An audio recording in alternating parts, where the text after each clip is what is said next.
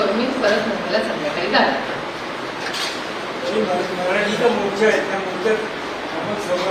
राष्ट्रवादी काँग्रेस पक्ष पूर्ण ताकदीने त्या मोर्चामध्ये सहभागी होणार आहे. कालच आदरणीय पवारसाहेब आणि माननीय जयंत पाटलांनी स्टेटमेंट केलेलं आहे. पक्षाने आदेश दिला तर आने वाले समय में महानगर पालिका के चुनाव आ रहे हैं, आपका दौरा माइक लावला है बेटा. देखिए आम्ही माइक आता प्रेस बाईट सुरू आहे. फालतू शिवाय नको मग सांगता नाव जाऊन पॉलिटिकल पार्टी है 365 days 24/7. ये इलेक्शन के लिए हमेशा तैयार भी रहती है और जब इलेक्शन नहीं होता तब हम लोगों की सेवा करने में व्यस्त रहते हैं. तो जब भी इलेक्शन होता तिला मगाशी नाही समजलं का मग तिला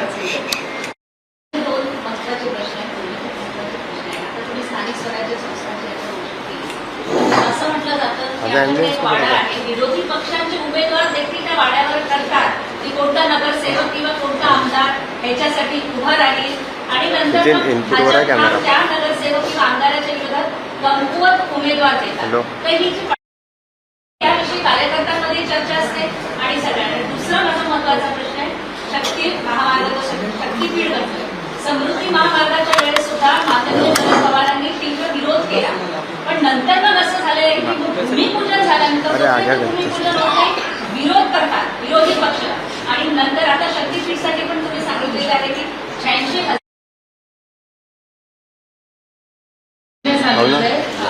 फायनान्स मिनिस्ट्री आणि त्याच्यासाठी 86,000 बागायती जमीन सुद्धा घेतली जात आहे. तर माझा सरळ प्रश्न असा आहे की कोणताही प्रकल्प होतो तर त्याला विरोध होतो, त्यानंतर असं काय होतं पडद्यामागे की मग नंतर विरोधी पक्ष भूमिपूजन झाल्यानंतर गप्प बसतो. असे अजून कुठला विरोध? एक समृद्धी मार्ग सोडून अजून किती असे प्रकल्प आहेत? आता शक्तीपीठचं काय सांगा? नाही तुम्ही म्हणलात दरवेळीच असं होतं, असे किती आहेत अजून? असं कार्यकर्ता आरोप आहे. कुठल्या कार्यकर्त्याचा?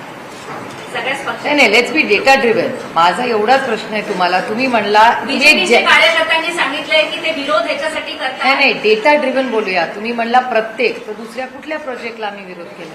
बरं समृद्धीचा मग विरोध का मावळला? समृद्धीचा विरोध जेव्हा समृद्धीला लँड ॲक्विजिशनला विरोध होता, जेव्हा त्याचा फॉर्म्युला बदलला आणि पैसे जास्त दिले तेव्हा सगळे शेतकरी हो म्हणले. त्याच्यामुळे मग विरोध करायचा. फॉर्म्युला बदलला हा एक महत्वाचा मुद्दा आहे. एक नाही मला खूप विनम्रपणे ताई तुम्हाला सांगायचंय, let's have a data driven discussion. मी 2 तास तुमच्यावर चर्चा करायला तयार आहे. तुम्ही जेव्हा आमच्यावर आरोप करता तेव्हा प्रत्येक वेळीच विरोध होतो. तुम्ही डेटा ड्रिव्हन सांगा आम्ही कशाला विरोध केला. एकाला विरोध म्हणजे सगळा जनरिक होऊ शकत नाही ना. आणि तुम्ही जे म्हणला ती नोट माझी नाहीये. तुम्ही जर तुम्हाला कडे आली नसेल तर मी तुम्हाला फायनान्स मिनिस्ट्रीची नोट पाठवून देते. हे सगळे जे ऑब्जेक्शन्स आलेले आहेत हे फायनान्स मिनिस्ट्रीचे ऑब्जेक्शन्स आहेत आणि त्याच्यात हे सरकार कुणाचं आहे हे तुम्हाला माहिती आहे जेवढं मला माहिती आहे. पक्षाची भूमिका जे ऑब्झर्वेशन्स आणि रिझर्वेशन्स फायनान्स मिनिस्ट्रीनी ऑब्जेक्शन्स दाखवलेले आहेत ते अत्यंत सिरियस आहेत. ते कुणालाही सिरियस वाटण्यासारखे आहेत कारण का ते सरकारचे ऑब्जेक्शन्स आहेत. सरकारचंच प्रोजेक्ट आहे आणि त्याच्यात सरकारनीच ऑब्जेक्शन्स दिलेले आहेत. त्यांच्यामुळे ते चिंताजनक आहे. आता त्यांचे सगळे प्रश्न उद्या मम्मी बोलते.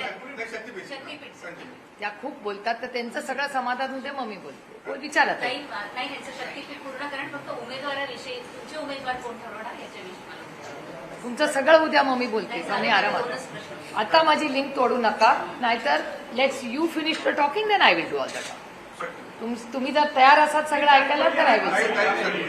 बट मग माझी विनंती आहे don't break the link because then it's now nobody is to disturb because I will stop them. प्रश्न नाही उत्तर देताना मध्येच तुम्ही प्रश्न विचारला तर मला उत्तर देता येत नाही. तुम्हाला जर माझं स्पष्टीकरण हवं असेल तर तुम्हाला प्रश्नाचं उत्तर तर मिळायला पाहिजे. You don't have to be sorry. Let's be fair. आणि मी घाई करत नाहीये. तुम्ही जर प्रश्न विचारला आणि उत्तर हवं असेल तर तुम्हाला मला तेवढा वेळ द्यायला लागतो जो बोर्डात पण देतात. Okay now we are rolling. Now nobody is to stop in the middle. Shaktipeeth हा प्रोजेक्ट हा महाराष्ट्र सरकारचा प्रोजेक्ट आहे. त्याला जे ऑब्जेक्शन्स आलेले ते त्याच सरकारच्या फायनान्स डिपार्टमेंटची जी ऑफिशियल नोट आहे त्याच्यात ते आलेले आहे. त्याची सगळी सविस्तर नोट कालच्या परवाच्या दिवशी जी कॅबिनेट मीटिंग झाली त्याच्यात सर्क्युलेट झालेले आहेत. तेच वर्तमानपत्रात आले, तेच कॅबिनेट नोट आणि वर्तमानपत्राचा सगळा डेटा हा सगळ्या मीडियाकडे आहे. त्याच्यात 4 मोठे सिरियस ऑब्जेक्शन्स आहेत. एक की एकीकडे होणारा प्रचंड विरोध लँड ॲक्विजिशनसाठी, ज्याच्यासाठी राजू शेट्टी आणि अनेक शेतकरी रस्त्यावर उतरत आहेत, हे तुमचेच सगळे चॅनल्स दाखवत आहेत. हा पहिला मुद्दा. दुसरा मुद्दा, फायनान्स डिपार्टमेंटनीच ऑब्जेक्शन घेतलंय की एकीकडे जेव्हा तुम्ही लोन घेता ते 6.35%नी घेताय, ह्या प्रोजेक्टला 8.80%नी का 2.5% अंतर आहे. हे का घेताय? हे माझं ऑब्जेक्शन नाहीये, हे फायनान्स मिनिस्ट्रीच्या नोटचं ऑब्जेक्शन आहे. त्याच्यानंतर फायनान्स मिनिस्ट्रीने असं सांगितलंय की एवढं 82,000 करोडचं का 86,000 करोडचं जे प्रोजेक्ट आहे हे असंच आपण केलं तर आपल्या बजेटमधले 22% पैसे हे फक्त रिपेमेंटमध्ये जातील. हे पण फायनान्स मिनिस्ट्रीच्या ऑफिशियल गव्हर्नमेंट ऑफ महाराष्ट्राच्या नोटमध्ये आहे. आणि त्याच नोटमध्ये असे लिहिलंय, माननीय आदरणीय अटल बिहारी वाजपेयी साहेबांनी FRBM ऍक्ट आला, which is a fiscal management act of government of India. तो सुधारला आणखी मनमोहन सिंग साहेबांच्या सरकारने. So it is a fiscal management compulsory guidelines of government of India started under the leadership of Atal Bihari Vajpayee साहेब की FRBM ऍक्टच्या बाहेर जाऊ नका. फिस्कल मॅनेजमेंट 3% खाली ठेवा. आता हे प्रोजेक्ट जर केलं तर नंबर प्रमाणे FRBM ऍक्टला केराची टोपली दाखवली जाते आणि फिस्कल मॅनेजमेंट ते 4 ते 4.5% जाईल, जे केंद्र सरकारच्या नियम कायद्याच्या बाहेर आहे अशी फायनान्स मिनिस्ट्रीची नोट सांगते. तर fiscal management problem, repayment of 22% plus lone घेतलेला विषय, हा एक फक्त सरकारचा अंतर्गत प्रश्न झाला, हा एक भाग. आणि दुसऱ्या भागामध्ये शेतकऱ्यांमध्ये झालेला विरोध, अशा 2 वेगळ्या घटना या विरोधात होत आहेत. त्याच्यामुळे जरी मी सत्तेमध्ये असते तरी माझं हेच मत असतं, कारण का एका प्रोजेक्टसाठी एका राज्याच्या फिस्कल मॅनेजमेंटमध्ये आणि दिवाळखोरीकडे जाईल का हे शब्द माझे नाहीत, त्या रिपोर्टमध्ये आहेत. हे सगळं मी जे बोलते ते महाराष्ट्र सरकारच्या ऑफिशियल रिपोर्ट ऑफ फायनान्स जी कॅबिनेटमध्ये सर्क्युलेट झाली आहे त्याचा आहे. त्याच्यामुळे हे माझं वैयक्तिक मत नाही, हे महाराष्ट्र सरकारच्या मध्ये असलेला कॉन्फ्लिक्ट आहे. 2 वेगळी मतं एका प्रोजेक्टबद्दल विरोधकांची नाहीत. फक्त हा डेटा आम्हाला कुठून आला तर हा महाराष्ट्र सरकारमधून आलेला आहे. त्याच्यामुळे आणि समृद्धी महामार्गाचा प्रश्न वेगळा आहे आणि हा प्रश्न वेगळा आहे. हे 2 वेगळे विषय आहेत. आणि गडकरी साहेब नागपूरमलाच राहतात, त्यांचे सगळे प्रोजेक्ट्स आम्ही पूर्ण ताकदीने सपोर्ट करतो. त्याच्यामुळे कुठल्या प्रोजेक्टला आम्ही सिलेक्टिव्हली किंवा सगळ्या प्रोजेक्टला आम्ही विरोध करतो हे धातांड खोटा आमच्यावर आरोप आहे.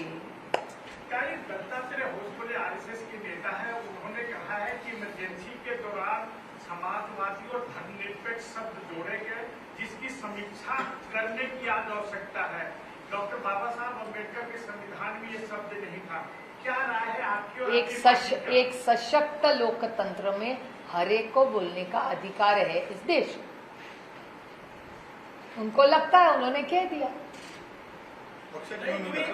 पक्षाच्या भूमिकाचा विषयच येत नाही. संविधानामध्ये पक्षाची भूमिका देशाचं संविधान असतं, त्याच्यात पक्षाची नाही. संविधान एकच आहे आणि सुप्रीम आहे, त्याच्यात पक्ष काय? मग प्रत्येक पक्ष येऊन आपापल्या पद्धतीने संविधान, असं नाही चालत. 370 का हटवला? कारण का सगळ्यांना एक समान पाहिजे ना. त्याच्यामुळे एकच संविधान या देशात चालतं, जे आहे ते तसंच राहणार. आणि मी ना अशा वेळेस मला अरुण जेटली साहेबांची खूप आठवण येते. अरुणजी नेहमी म्हणायचे अशा कॉन्ट्रोवर्सीज व्हायच्या तेव्हा की तुम्ही दाखवणं बंद करा म्हणजे लोक असं बोलणं बंद करतील. हे मी म्हणत नाहीये, माननीय कैलासाची अरुण जेटली साहेब हे बोलायचे.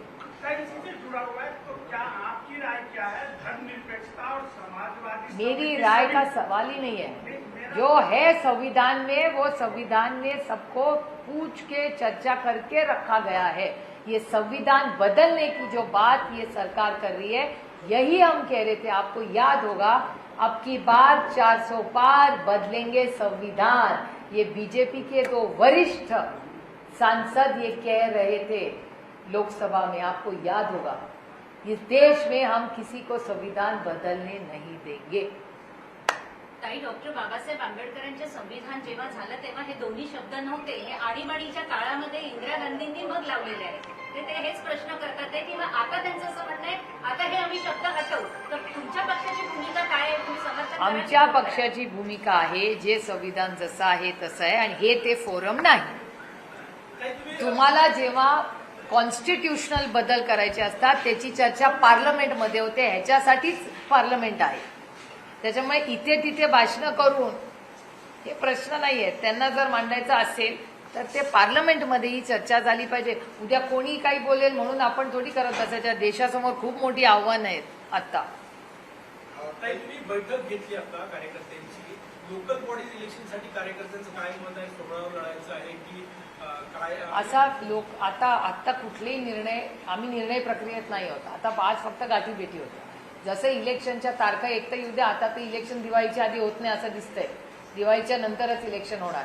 त्याच्यामुळे जसं आता कसे सगळ्यांचे स्थानिक सगळ्यांची मतं घेतली जातील तेव्हा बघूया आपण काय होईल ते। ताई, लाडली बहिणीला 1500 अपेक्षा आहेत, 5 कोटी लाडली बहीण, काय वाटतं तुम्हाला? एकंदरीत सरकारनं लाडली बहिणीला धोका दिला, 21 इलेक्शन आहे, एक तर घोषणा होणार का? लाडकी बहीण योजनेमधले नंबर्स कमी होत आहेत हे मी नाही, सरकारच कबूल करतं। म्हणजे हा माझा काही आरोप खोटा नाहीये त्यांच्यावर, आणि त्याच्यामुळे सातत्याने त्यांची पॉलिसीमध्ये बदल होत आहेत का बदल होत आहेत। माझी 6 महिन्यापूर्वीची भाषणं जर तुम्ही काढून बघितली तर त्याच्यात तुम्हाला दिसेलच, कारण का मी सातत्याने सांगत होते की इट इज नॉट सस्टेनेबल, आणि मग पैसे वाढवणार, सरसकट कर्जमाफी करणार, या सगळ्या घटना सातत्याने बोलत आलेले आहेत लोक। ताई, आधी ते म्हटले होते सरसकट कर्जमाफी करू, पण कालच्या गावाकडे स्टेटमेंट आहे की ज्यांचं फार्म हाऊस आहे, मर्सिडीज आहे, त्यांच्याकडे कर्जमाफी होणार नाही, म्हणजे सरसकट कर्जमाफी होणार नाही। तुम्ही कसं? मला नाही माहिती, मी माननीय मुख्यमंत्र्यांवर विश्वास ठेवते की माननीय मुख्यमंत्री म्हणाले होते की आम्ही या राज्यात सरसकट कर्जमाफी करू। त्याच्यामुळे माझा विश्वास या राज्याच्या मुख्यमंत्र्यावर आहे ना। मुख्यमंत्र्यांनी सांगितले, मुख्यमंत्री मोठं पद आहे, पक्ष नसतो त्याला, ते मोठं जबाबदारीचं पद आहे। ताई, गोवा नागपूर जो मार्ग आहे त्याच्या संदर्भात हे जे 4 पॉईंट्स ऑब्जेक्शन आलेले आहेत सरकारी विरोधात, ते जर कमी झाले तर आवश्यक वाटते का तुम्हाला? आम्हाला नाही, मला असं वाटतं तो नॅशनल हायवेचा जर असेल तर ह्याच्यावर गडकरी, नॅशनल हायवे तर नाहीये, मग कुठला? स्टेट गव्हर्नमेंट, मग स्टेट गव्हर्नमेंटने ठरवलं पाहिजे ना काय त्यांचा इश्यू आहे। तुम्हाला म्हणजे ते ऑब्जेक्शन जर नाही, कुठलाही प्रोजेक्ट करताना स्टेक होल्डर्सला घेतलाच पाहिजे ना इन कॉन्फिडन्स। स्टेक होल्डरला कॉन्फिडन्स घ्या आणि मार्ग काढा त्याच्यातून, तुम्हाला एखादी गोष्ट करायची असेल तर। कुठलाही सरकार, आमचं असू दे किंवा त्यांचं असू दे, क्या फरक पडतंय? आमचा विकासाला आम्ही आम्ही कधी विकासाला विरोध केला आहे? या सगळ्या ज्या मोठ्या पॉलिसी रिफॉर्म्स 1991 झाले हे आमच्याच काळात झाले ना। या देशाचा टर्निंग पॉईंट कुठला होता? नरसिंहरावजी आणि मनमोहन सिंग साहेबांच्या सरकारमध्ये, तेव्हा आमचंच सरकार होतं ना, तेव्हाच ते सगळे मोठे बदल झाले। विकासाला विरोध नाही म्हणत मी, त्याला पॅरलल रस्ता आहे, काही भाग फक्त जर केला तर शेतकरी जमिनी वाचू शकतात। नाही, पण मग हे करायला सरकारने चर्चेला बसलं पाहिजे ना त्यांच्याशी, आणि स्थानिक लोक ठरवतील। जे स्थानिक लोकांचं जे म्हणणं असेल त्याला पूर्ण स्थानिक लोकांच्या मागे आम्ही ताकदीने उभं राहू। सरकारची तशी भूमिका आहे, या दराला विरोध कराल तर हो, आम्ही घाबरलोय त्याच्यामुळे। काल पवार साहेब पण म्हणाले ते घाबरलेत खूप, मी पण घाबरले, असे आम्हाला धमकी यायला लागल्या, तुम्ही पण आम्हाला वाचवा, आमच्यावर धमकी आल्या। काही माझा एक प्रश्न आहे, अनेक स्त्रिया म्हणजे विधवा होताना दिसत आहेत, कशामुळे तर दारूमुळे। महाराष्ट्रामध्ये सरसकट दारू विकली जात आहे आणि आता 1 ऑगस्टपासून त्या दारूवरती वाढही करत आहे, म्हणजे पाटलांवर। महाराष्ट्रामध्ये दारूबंदी झाली पाहिजे, पैसा त्याच्यावर वाढवणं नको, फक्त दारूबंदी व्हायला पाहिजे। यावर तुम्ही एक महिला म्हणून नाही, महिला म्हणून नाही, मी लोकप्रतिनिधी म्हणून बोललं पाहिजे। त्यात महिला किंवा पुरुषचा विषयच येत नाही। काही सामाजिक प्रश्न असे असतात ज्याच्यात पुरुष किंवा महिला आमची मतं एकच असतात। का तुम्ही पुरुषांना याच्यापासून दूर ठेवता? पुरुष पण समंजस आहेत, जबाबदार आहेत आणि क्रांतिकारी राहिलेले आहेत महिलांच्या बाबतीत। माझं म्हणणं आहे अनेक पुरुष आहेत या रूममध्ये आहेत जे अतिशय आमच्याबद्दल संवेदनशील आहेत. त्याच्यामुळे मला वाटतं हा सामाजिक प्रश्न आहे आणि उभी बाटली आडवी बाटली याचं मतदान तर कैलासाचे आर पाटलांनीच सुरू केलं आहे. आबाच मंत्री असताना आबांनी याच्यात मोठी क्रांती महाराष्ट्रात करून दाखवलेली आहे. तो अधिकार ऑलरेडी आहे. तो जर सरसकट आपण सगळीकडे केला तर त्याच्यातूनच तो अधिकार ऑलरेडी आहेच ना. ग्रामपंचायतींपासून सगळ्यांना आहे तर तो आपण बदल करू शकतो. बहिणींना साथ देणं म्हणजे बहिणींना हा प्रश्न मला साथ देण्यासाठी बहिणींना साथ देण्यासाठी दारूच्या बाटलांवर पैसे वाढवणं, उत्पादन शुल्क वाढवणं म्हणजे काय वाटतंय तुम्हाला? म्हणजे मला वाटायचा प्रश्न नाही हा प्रश्न उद्ध्वस्त करणं. आज माननीय मुख्यमंत्री नागपूरमध्येच आहेत. हा प्रश्न मला विचारायचा आहे जी तुम्ही त्यांना विचारायला पाहिजे.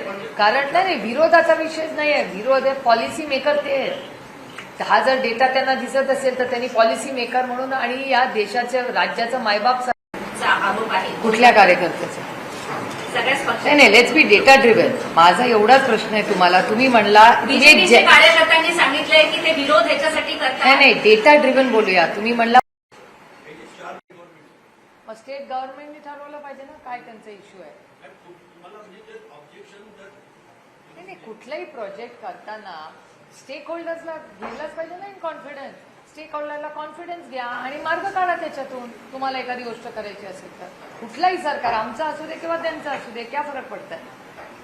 आमचा विकासाला आम्ही आम्ही कधी विकासाला विरोध केलाय. या सगळ्या ज्या मोठ्या पॉलिसी रिफॉर्म्स 1991 झाले हे आमच्याच काळात झाले ना. या देशाचा टर्निंग पॉईंट कुठला होता? नरसिंहरावजी आणि मनमोहन सिंग साहेबांच्या सरकारमध्ये. तेव्हा आमचंच सरकार होतं ना. तेव्हाच तर हे सगळे मोठे बदल झाले.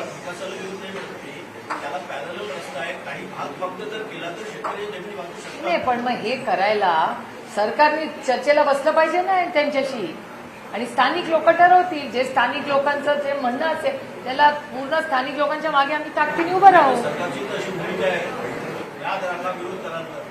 हो आम्ही घाबरलोय त्याच्यामुळे. काल पवार साहेब पण म्हणाले ते घाबरलेत खूप. मी पण घाबरले. असे आम्हाला धमकी यायला लागल्या. तुम्ही पण आम्हाला वाचवा आमच्यावर धमकी आल्या. काही माझा एक प्रश्न आहे. अनेक स्त्रिया म्हणजे विधवा होताना दिसत आहेत.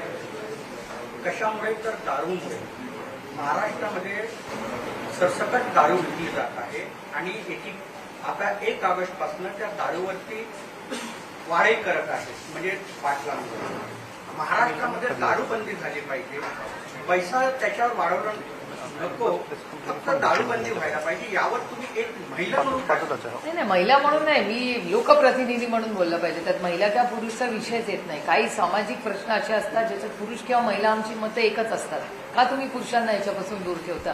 पुरुष पण समंजस आहेत, जबाबदार आहेत आणि क्रांतिकारी राहिलेले आहेत महिलांच्या बाबतीत. माझं म्हणणं आहे अनेक पुरुष आहेत या रूममध्ये आहेत जे अतिशय आमच्याबद्दल संवेदनशील आहेत. त्याच्यामुळे मला वाटतं हा सामाजिक प्रश्न आहे आणि उभी बाटली आडवी बाटली याचं मतदान तर कैलासाचे आर पाटलांनीच सुरू केलं आहे. आबाच मंत्री असताना आबांनी याच्यात मोठी क्रांती महाराष्ट्रात करून दाखवलेली आहे. तो अधिकार ऑलरेडी आहे. तो जर सरसकट आपण सगळीकडे केला तर त्याच्यातूनच तो अधिकार ऑलरेडी आहेच ना. ग्रामपंचायतींपासून सगळ्यांना आहे तर तो आपण बदल करू शकतो. बहिणींना साथ देणं म्हणजे बहिणींना हा प्रश्न मला देण्यासाठी बहिणींना साथ देण्यासाठी दारूच्या बाटलांवर पैसे वाढवणं, उत्पादन शुल्क वाढवणं म्हणजे काय वाटतंय तुम्हाला? म्हणजे मला वाटायचा प्रश्न नाही हा प्रश्न उद्ध्वस्त करणं. आज माननीय मुख्यमंत्री नागपूरमध्येच आहेत. हा प्रश्न मला विचारायचा आहे जी तुम्ही त्यांना विचारायला पाहिजे. कारण नाही विरोधाचा विषयच नाही आहे. विरोध आहे पॉलिसी मेकर ते आहेत. हा जर डेटा त्यांना दिसत असेल तर त्यांनी पॉलिसी मेकर म्हणून आणि या देशाच्या राज्याचं मायबाप सरकार म्हणून त्यांनी निर्णय घेतला पाहिजे ना जो योग्य आहे. आता सामाजिक परिवर्तनात काय केलं पाहिजे, हुंडाबळीला काय केलं पाहिजे. पुण्यामध्ये जी घटना घडली ही तुम्ही सगळ्यांनी पाहिली. हुंडाबंदी झाली का पाहिजे तर झालीच पाहिजे, अर्थातच झाली पाहिजे आणि त्याच्यासाठी तुम्ही सरकारमध्ये आहात ना. मग सरकारची यंत्रणा कशासाठी आहे? त्याच्यानंतर तुम्हाला हिंदी भाषा को इग्नोर करना भी ठीक नहीं है, उसको कंपलसरी करना भी ठीक नहीं है. बीच का रास्ता निकालना होगा कुछ. तो आप क्या सोचते हो? नहीं उन्होंने एक तो हमारे नेता है वो नेता जो लाइन लेगा वही. बट जो आपको याद होगा आप एसएससी में पढ़े कि नहीं मुझे पता नहीं. मैं एसएससी में पढ़ी. 2 लैंग्वेजेस थी, चौथी तक और 5वीं के बाद मैं भी हिंदी सीखी हूँ, जैसे आप पता नहीं कौन से बोर्ड में सीखे, तो ऐसा करिए, तो लोड मत करिए। न्यू एजुकेशन पॉलिसी आई किस लिए? आपको याद होगा विनोद तावड़े जी जब मंत्री थे, उन्होंने एक बहुत बड़ा प्रोग्राम चलाया था कि जो बोझ बच्चे लेके चलते हैं स्कूल में वो हम कम करेंगे, याद है? तो आपके चैनल्स पे दिखाया जाता था वजन कम कर रहे हैं, इतना वजन किलो का बैग है, बच्चा बेचारा हटत है, तराजू वगैरह वो सब विनोद तावड़े जी ने किया था उस टाइम की, बैग कम कर। तो अगर ऐसी ही पॉलिसी सरकार की है और न्यू एजुकेशन पॉलिसी में बदलाव करना चाहते हैं, गुजरात में कहाँ हिंदी कंपलसरी है? न तमिलनाडु में है, न केरला में है, न आंध्र में है, न तेलंगाना, तो न गुजरात में भी नहीं है, तो सब जगह नहीं है, तो महाराष्ट्र में क्यों कंपलसरी हो रहा है अगर देश में नहीं हो रहा है? तो किसी साजिश के तहत किया जा रहा है क्या महाराष्ट्र? वो नहीं पता मुझे, मैं साजिश, मैं ऐसा सोच ही नहीं सकती, क्योंकि मैं खुद साजिश नहीं करती तो मेरा दिमाग ही नहीं चलता है। और मैं बड़ी विनम्रता से कहती हूँ, शिक्षा में ये साजिश वाजिश नहीं है, राजनीति चलती रहेगी। शिक्षा, आरोग्य, समाज के जो इश्यूज है, इसमें राजनीति नहीं आनी चाहिए, इतिहास में राजनीति नहीं आनी चाहिए। जो सच है वही सच है, वही इतिहास हो सकता है। पण